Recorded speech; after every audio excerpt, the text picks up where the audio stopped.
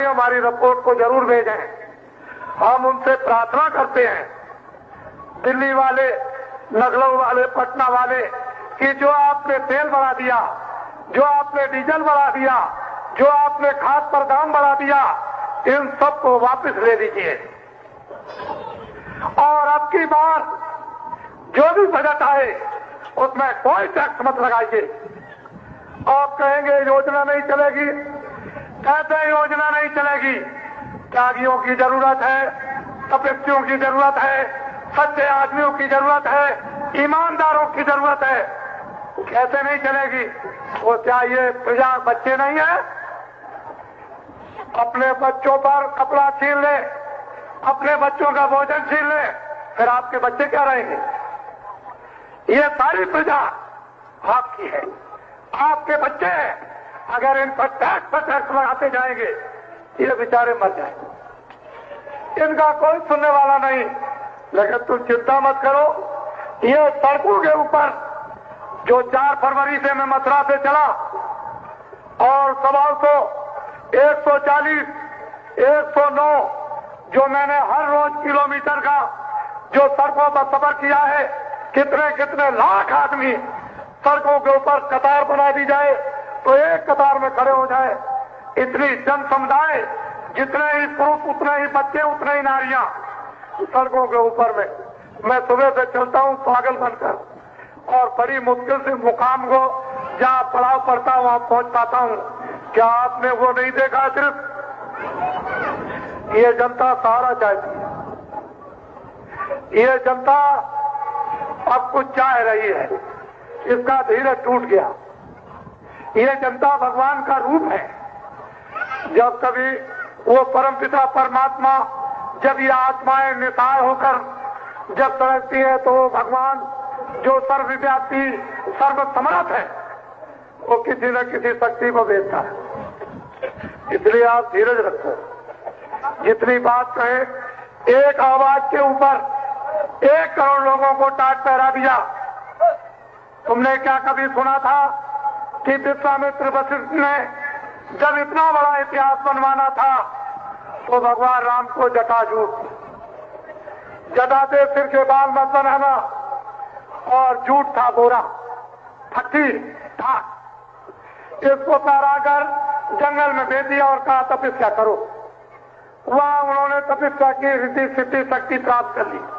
फिर आदेश दे दिया काम करो, इतिहास बनेगा। काम करा के इतिहास बन गया। कृष्ण भगवान ने बलकर वस्त्र पहरा, वो टाट था, बोरा था। मोहम्मद साहब ने टाट पहरा। ईसा मसीह के पिताजी टाट पहनते थे। जब वो पैदा हुए तो उनको टाटी में उनको ढका गया था। क्या आप टाट क्या साधारण समझते हैं? आज के भौतिक युग में करोड़ आदमी एक आवाज, एक दिन की आवाज पर ये टाट पहनने, ये साधारण बात नहीं है। गांधी महात्मा ने बड़ा प्रचार किया था कि चरखा चले और मोटा सूत काटकर अपने हाथ से तुम कपड़े पहनो, अपना देश तब जाकर के ठीक बनेगा। वो भी आप न कर सके, उसमें भी बहुत कुछ रह गया, कुछ ना हो सका। जिस शराब के लिए कहा था एक ही बच्चा हमारा देश में शराब नहीं पिएगा, आज सारे के सारे लोग शराब पीने लगे। आपको शाकाहारी बनना है, सभी अनाज खाओ, जितनी सब्जियां 1000 बार खाओ, जितने फल है 100 बार खाओ, और दूध को 100 गिलास पियो, और किलो आप घी खा जाओ, और अच्छे से अच्छे कपड़े पहनो, और अच्छे से अच्छे मकानों में रहो, लेकिन शराब छोड़ दो। जो मुल्क को, जो परिवार को, जो समाज को नष्ट कर देगा, खत्म कर देगा, उसको आप लोग छोड़ दीजिए। ये मेरी अपील और प्रार्थना है। इसलिए आगे टैक्स मत लगाओ, जो लग गया है वो क्या जरूरत है आगे कोई नई योजना स्थापित करने की? जो तमाम कारखाने पड़े हुए हैं उन्हीं को चालू कर दिया जाए। बेकार व्यवस्था का व्यवस्थित एक स्थित व्यवस्था अगर लाकर स्वच्छ रख दी जाए तो सारा मानव निराकरण कर सकता, न मेरा कर सकता। ये तो भारत के ऋषि मुनि महात्मा जब कभी आते हैं तो ये सारी विपदाओं को तुमको मालूम है कि मेरे हाथ में क्या है, तुम्हारे सिर पर मार दूं तो क्या हो जाए। उनसे पूछो जाकर रास्तों में कि जिनके वो सब हाथ रख दिया वो क्या कहते कहते गए। आपको क्या मालूम, परेशानी लेकर तकलीफ लेकर तुम आए हो।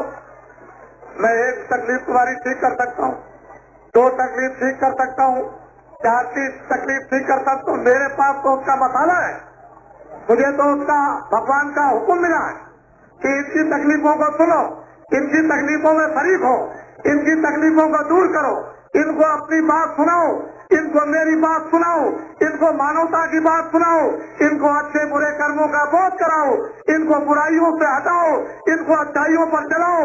इनसे कहो तुमको भोजन मिलेगा, इनसे कहो तुमको कपड़े मिलेंगे। और किसानों से ये कहो कि वो वक्त और जमाना आ जाएगा कि तुम अगर मेरी बात को मान लो तो गांव की नारियां भी गले में सोना पहनती हुई सब दिखाई। अरे सोने की बात तो छोड़ो, हीरा पहनते हुए दिखाई दे। कलयुग जाएगा, सतयुग आएगा, तुमने दीवारों को पढ़ा होगा। क्या तुमने कोई हंसी बात समझी थी? अभी कलयुग गया नहीं, न सतयुग आया। लेकिन अगर राम, विश्वामित्र और वशिष्ठ उनको जटा और झूठ भेद बदलकर उनको तपस्या के लिए न भेज देते तो रावण तो विश्वामित्र